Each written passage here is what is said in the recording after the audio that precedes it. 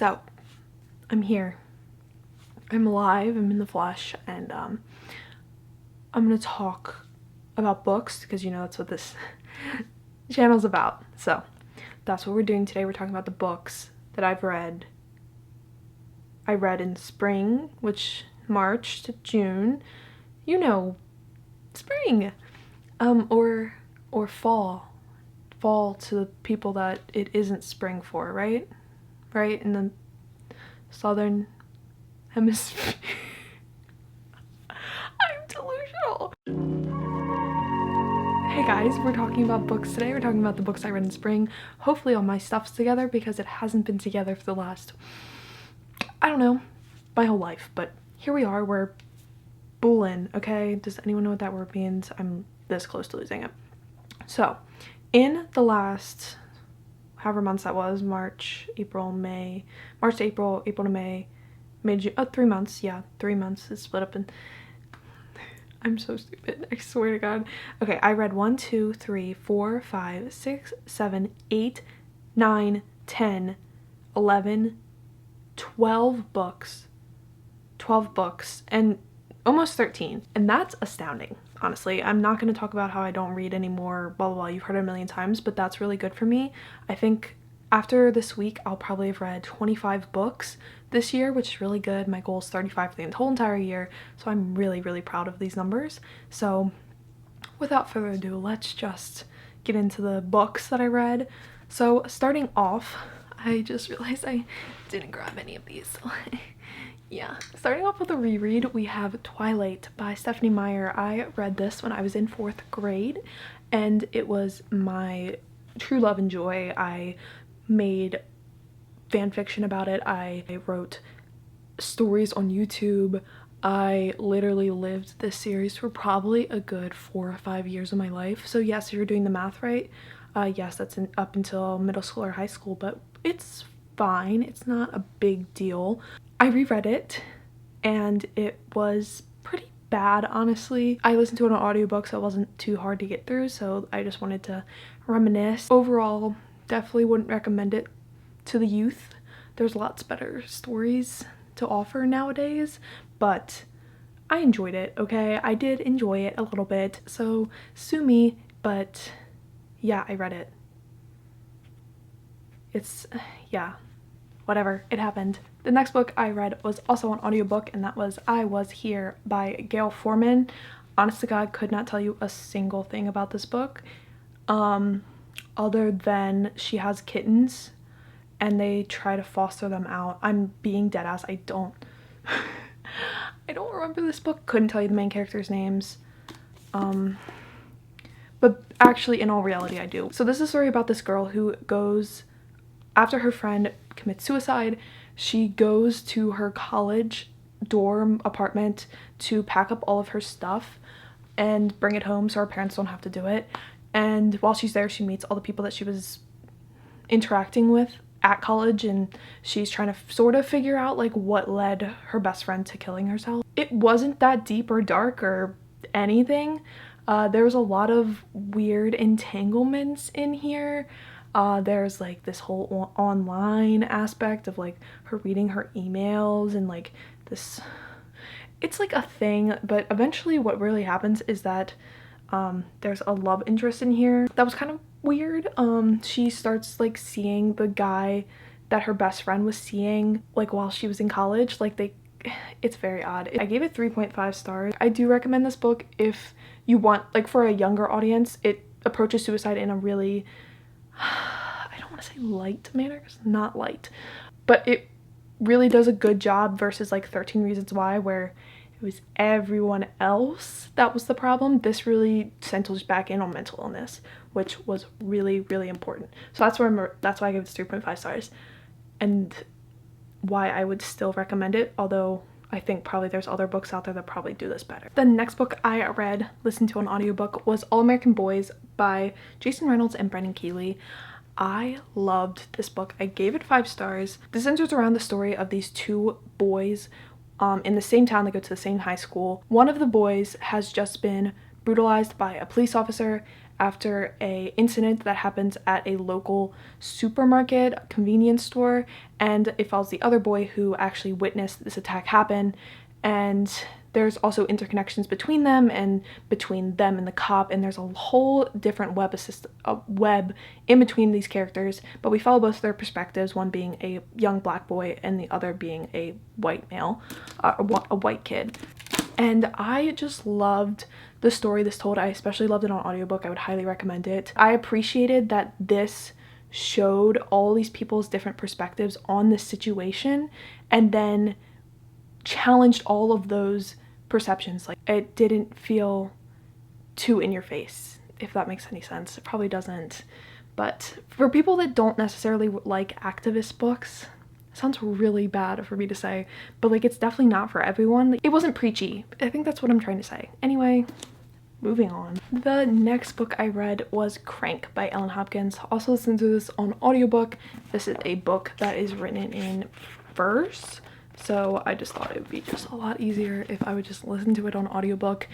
And this is about this young girl while she is visiting her father in Arizona or something. She gets into the wrong crowd and she becomes addicted to crack cocaine. It tells that story. It is definitely emotional, and it's definitely like just so uncomfortable to read. Like, the whole time you're rooting for like a big life change at the end and like this whole big turnaround, and like, it doesn't, that's not how people who are like, that's not how addiction works. And this book was really devastating, and it was really sad. Yeah, I gave it 3.5 stars. I don't think it will stick with me. It hasn't really stuck with me. I won't be picking up the next books in the series. I don't care enough about the character, and this isn't really a story that I want to be reading at this point in my life. Doesn't interest me, not something that I love, but I did read this, and I do like books written in verse, so yeah. So for these next couple books, I didn't read them all in a row, but I'm just gonna talk about them all at the same time because I don't feel like dragging it out because this video is already gonna be so long. So in the spring months, I read the entire Fifth Wave trilogy. So I read the Fifth Wave, the Infinite Sea, and the finale, The Last Star. In conclusion, this book was amazing. I gave it 4.5 stars. It's, if you don't know what this is about, it's about this alien invasion. This girl is living on her own, trying to survive, and I really enjoyed this. Then I read this, and I didn't care. Like, I just didn't care. Like, this started switching up between a lot of different perspectives, and I didn't care until like the last 25%. And even then, I was just like, if I wouldn't have listened to these last two books on audiobook, I absolutely would have DNF'd it. But they're on audiobook. These are relatively short compared to the first one, which was like a monster. It's like half the size, if that. Like, look at that. That's ridiculous. It just didn't hold my attention. Nothing happened until the very end, and even that was kind of like, what's going on? And then the last the last one, I think I gave it 2.5 again. Let me double check that. Oh, I gave it 2. That's funny. I don't remember it being worse than the second. The second was really boring, but I think the third one really just made me angry. Some things happened at the end. I was just like, what's going on? And this had one of my least favorite tropes that I found as of recent. Not gonna spoil it. Well, actually, I guess I can. No, I won't say it. But I was just like, well, what was the point of all of this? So that's that. Like, yeah, I'm not gonna even go into it. It's really not worth it. If you want to read a really good standalone, I recommend The Fifth Wave. If you want to read a series, don't. So yeah. The next book I read was another book I listened to an audiobook, and that was Desi Jones and the Six by Taylor Jenkins Reid. I read The Seven Husbands of Evelyn Hugo last summer. Really enjoyed that. I loved the format. I loved the audiobook. I thought it was just a really good time. So I listened to this and I gave it 3.5 stars. I just didn't get it like as an entirety. Like, I understand the stories that Taylor Jenkins Reid tells. She tells longitudinal lifespan stories, and that's just what she does. At least that's what she's done for these 2 books that everyone loves, and it just didn't work this time. Like, I didn't care enough about the characters, and I don't know if that's because like I wasn't that far into the story, or I think it had too many characters to keep focus on, and I just, even though there was like really only 2 that you were supposed to care about.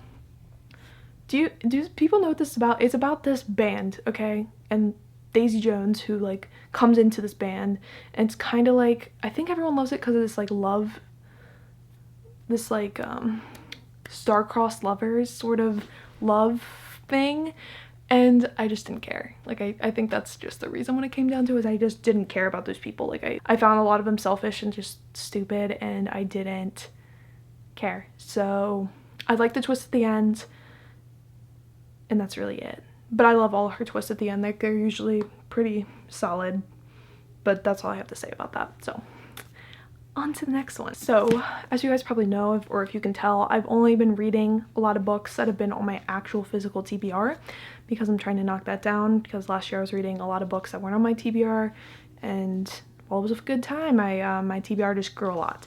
So especially series, that's what I'm trying to work on audiobook right now. So because of that, I reread and then continued on with a series that I started last year, or maybe 2017, honestly. But anyway, I reread Red Queen by Victoria Aveyard. I originally gave this 3.5 stars.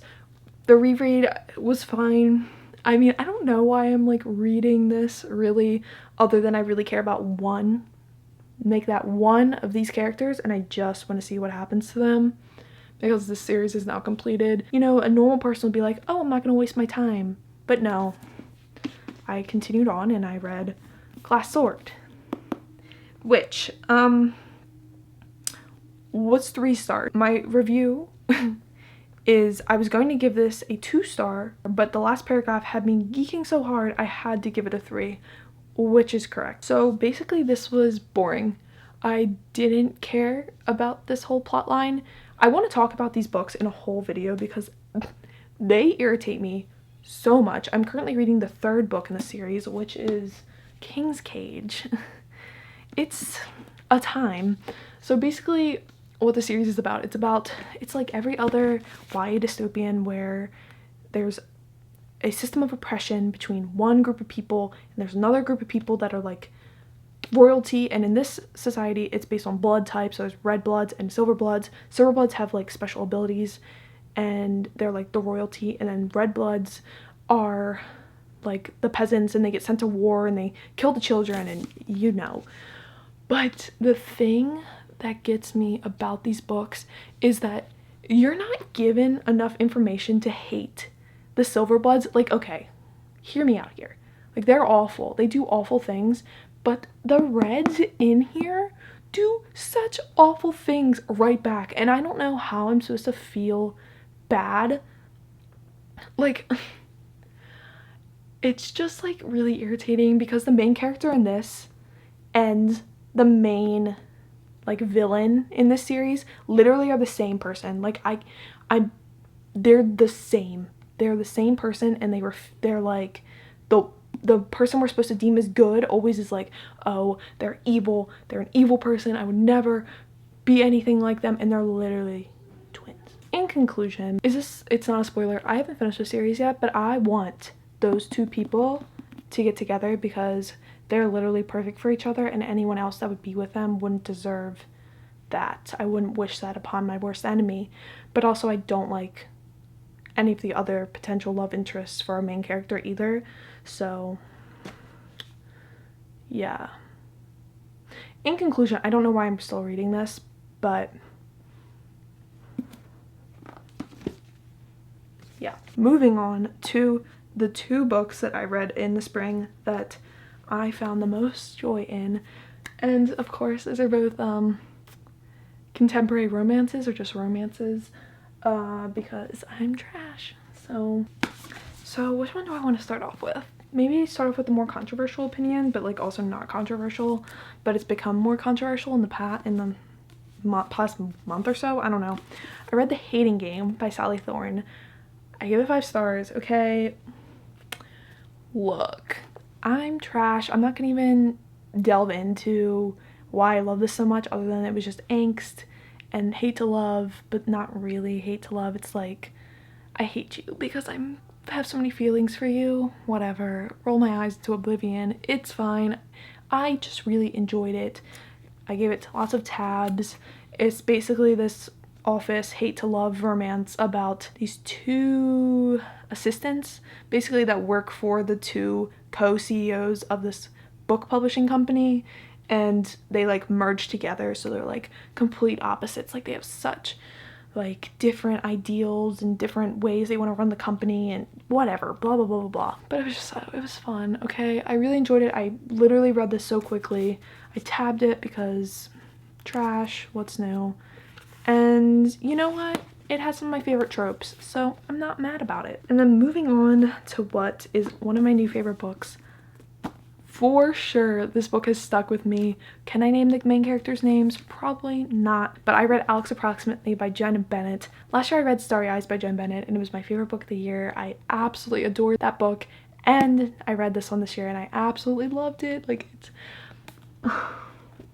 So basically this is I've actually never seen the movie that it's like based on, or like the trope it's based on, which I think is, oh shit, You've Got Mail. Okay, that's it. And basically it centers around these people that are talking online because they both love cult classic movies, or like movies in general. And they met on like this movie forum. So they met on there. It's these 2 people. They're under like fake names. So it's Mink and Alex. And they chat up. They have this relationship. And it turns out that Alex actually lives in the main character's, Bailey's, dad's new town that he moved to after her parents got a divorce.